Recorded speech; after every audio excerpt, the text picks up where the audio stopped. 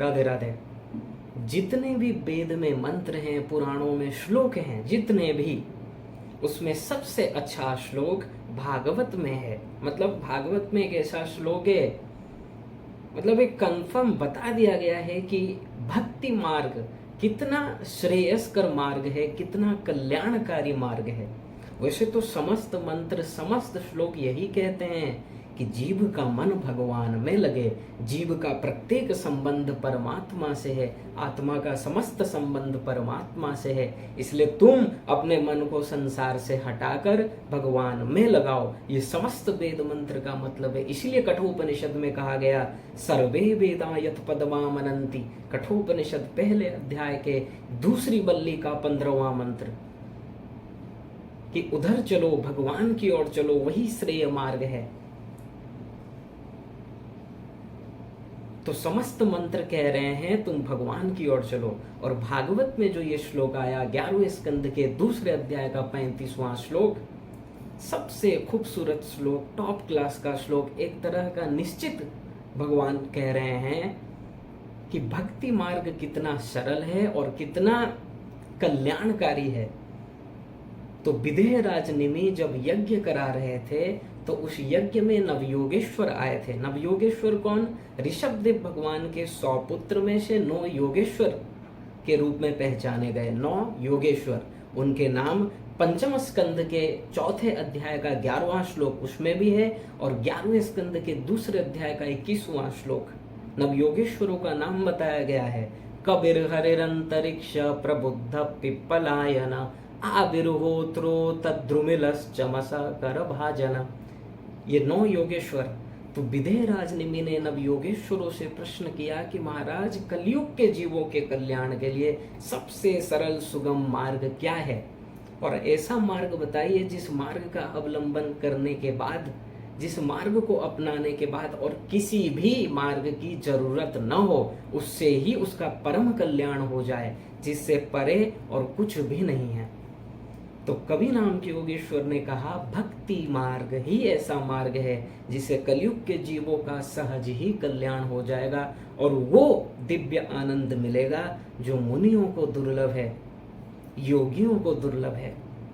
और ये 11वें स्कंद के दूसरे अध्याय के 35वें श्लोक में कह रहे हैं कवि नाम के योगेश्वर कि ये भक्ति मार्ग कैसा है कि धावन निमिल्यवा नेत्रे न स्खले न पते दिह, कि तुम आंख बंद करके धावन, दौड़ो, आंख बंद करके दौड़ो, न गिरोगे न फिसलोगे।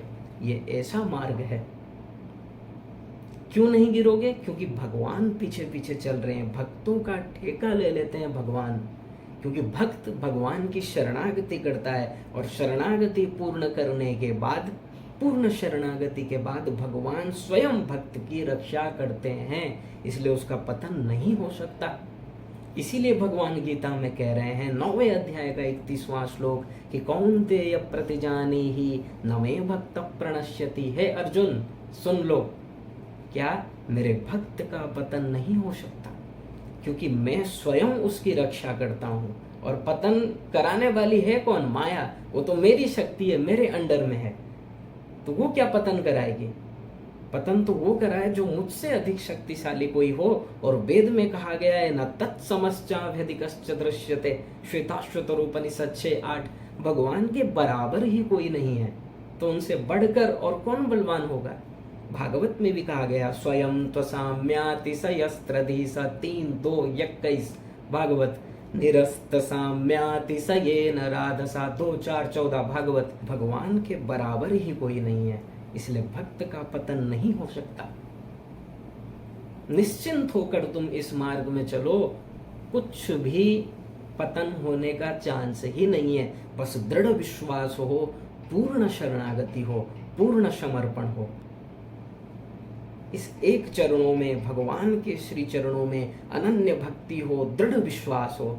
दृढ़ विश्वास मतलब समस्त लोग तुम्हारे अगेंस्ट में हो जाएं, कुछ भी कहा करें, लेकिन तुम्हारा विश्वास भगवान से न डगमगाए, विश्वास में बिल्कुल भी कमी ना हो, ऐसा विश्वास, इसे कहते हैं पूर्ण शरणागति।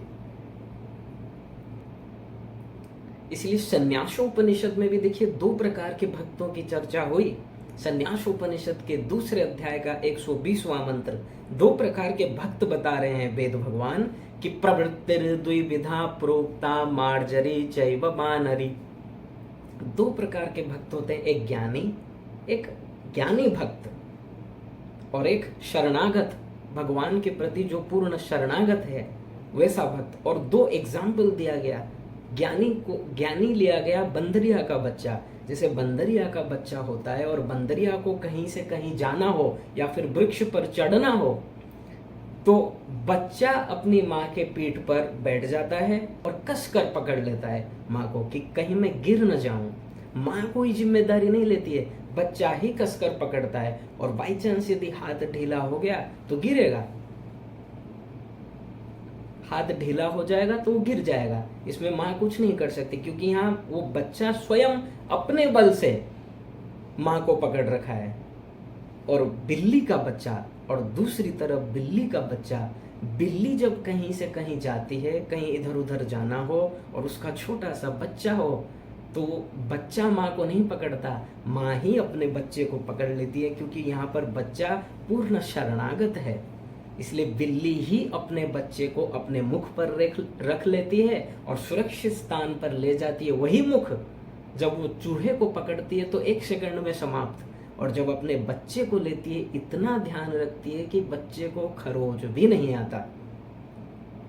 इतना प्यार, क्योंकि बच्चा पूर्ण शरणागत है। इसलिए बिल्ली के बच्चे का पतन होने का चांस ही नहीं है, कुछ भी उसका चोट नहीं लग सकता उसको। लेकिन बंदरिया के बच्चे को चोट लग सकता है, थोड़ा भी उसने हाथ ढीला किया तो वो नीचे गिरेगा, उसको चोट लगेगा। ऐसे ही जो ज्ञान मार्ग को अवलंबन करने वाले साधक हैं वो अपने बल से भगवान को पाना चाहते हैं। वो कहते हैं हम अपने बल से पाएंगे, असंभव है, और उनका बार बार पतन होता है। भगवान ने गीता में क्या कहा, न मे भक्तः प्रणश्यति, भक्त का पतन नहीं होगा। वहां भगवान ये नहीं कह रहे हैं कि जो ज्ञान मार्ग का अवलंबन करे उसका पतन नहीं होगा। वहां भगवान ये नहीं कह रहे हैं कि जो कर्म मार्ग का होगा उसका पतन नहीं होगा। केवल भक्त के लिए कहा जा रहा है। और कैसा भक्त, बिल्ली के बच्चे के जैसा, पूर्ण शरणागत। जैसे एक छोटा सा बच्चा अपने माँ के शरणागत होता है, कुछ भी चाहिए बस रो देता है, अपना बल नहीं लगाता, निर्बल होकर बस रो देता है। ऐसे ही जब भक्त पूर्ण विश्वास से दृढ़ता पूर्वक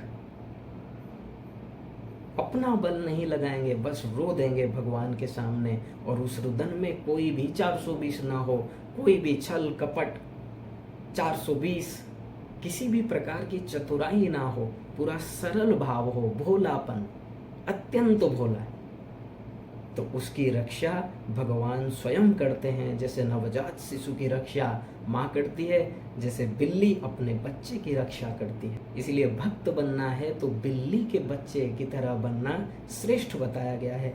तो तुम यदि ज्ञान मार्ग का अवलंबन करोगे तो बिना भगवत कृपा के तुमको ब्रह्म ज्ञान भी नहीं हो सकता। माया कैसे जाएगी, मोक्ष कैसे मिलेगा? वहां भी तुमको शरणागति करनी पड़ेगी, क्योंकि माया से छुटकारा पाने के लिए भगवान ने एक ही बस उपाय बताया है कि मेरी शरण में आ जाओ। गीता 7वें अध्याय का 14वां श्लोक कि मामेव हि प्रपद्यन्ते। गीता में भगवान एक ही उपाय बता रहे हैं कि मामेव ये प्रपद्यन्ते, जो केवल मेरी शरण में आएगा उसी की माया जाएगी। और तुम कोई भी मार्ग का अवलंबन करो, ज्ञान मार्ग में भी यदि हो, जब तक भगवान की शरणागति नहीं करोगे तब तक तुमको ब्रह्म ज्ञान नहीं हो सकता। और शंकराचार्य भगवान ने भी कहा, तदनुग्रह हेतुकम नैव विज्ञानेन मोक्ष सिद्धिर्भवितुमर्हसि। भगवान की कृपा से जो ज्ञान मिलेगा उससे मोक्ष मिलेगा, उससे पहले नहीं मिल सकता। और ज्ञान मार्ग में आगे बढ़कर तुम यदि ब्रह्म ज्ञान प्राप्त कर भी लिए, भगवान की कृपा से शरणागत हुए और ब्रह्म ज्ञान प्राप्त किए, तो तुमको भी अनलिमिटेड आनंद तो मिलेगा, लेकिन वो ये सगुण साकार भगवान श्री कृष्ण के प्रेमानंद के आगे बहुत ही न्यूनतम है, तुच्छ है। यूं समझिए जैसे एक माँ के गर्भ में एक बच्चा है, तो वो जब बाहर आ जाता है तब लोग एक्साइटेड होते हैं, तब माँ का प्यार बढ़ता है, क्योंकि अब बाहर आ गया, अब उसको हम देख रहे हैं, तो अब सब प्रकार का सुख मिल रहा है। जब भीतर था बस हम केयर रख रहे थे, केयर कर रहे थे कि कहीं बच्चे को कुछ हो ना जाए, तब इतना सुख नहीं था। सुख जब बाहर आया तब मिला, उसके इस साकार रूप को देखकर, उसकी लीला को देखकर, उसके हाव भाव को देखकर, उसके मुख को देखकर तब आनंद आया। ऐसे ही इस सगुण साकार प्रेमानंद के आगे ये ब्रह्मानंद की कोई गिनती नहीं है, कोई भी गिनती नहीं है। तो एक तो ज्ञान मार्ग ऐसा है कि करोड़ों युग में तुमको आत्मज्ञान प्राप्त हो सकता है, करोड़ों वर्ष में कभी यदि आत्मज्ञान प्राप्त हो गया तो भी तुम्हारा पतन हो जाएगा, जिसको ब्रह्मा जी महाराज कह रहे हैं दसम स्कंद के दूसरे अध्याय का 32वां श्लोक कि आरुह्य कृष्णेन परम पदम पतंत्यधोनादितयुष्मदंग्रय, बार बार गिरोगे और मान लो तुम शरणागत हो गए, होना तो पड़ेगा क्योंकि बिना शरणागत हुए ब्रह्म ज्ञान नहीं मिल सकता, और शरणागत होकर यदि ब्रह्म ज्ञान प्राप्त भी कर लिए तो जो आनंद मिलेगा वो सगुण साकार के आगे बहुत ही छोटा है। सगुण साकार प्रेमानंद के आगे उस ब्रह्मानंद की कोई गिनती नहीं। इसीलिए भक्त बनना है तो बिल्ली के बच्चे की तरह बनो, अर्थात पूर्ण रूप से शरणागत हो जाओ, अपने आप को भगवान के श्री चरणों में समर्पित कर दो। इसे कहते हैं भक्त, इसे कहते हैं शरणागति। और ऐसे भक्तों की रक्षा का ठेका ले लेते हैं भगवान।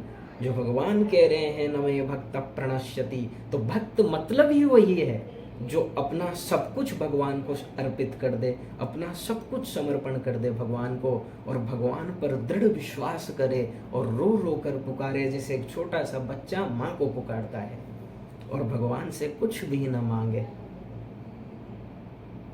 ऐसे भक्त बहुत ही श्रेष्ठ हैं, सर्वश्रेष्ठ हैं, और यही हम सबको बनने का प्रयत्न करना चाहिए। तो ये भागवत का सबसे सुंदर श्लोक है कि यदि हम इस मार्ग में चलेंगे दृढ़ता पूर्वक, विश्वास पूर्वक, न स्खले न पतेदिह। राधे राधे।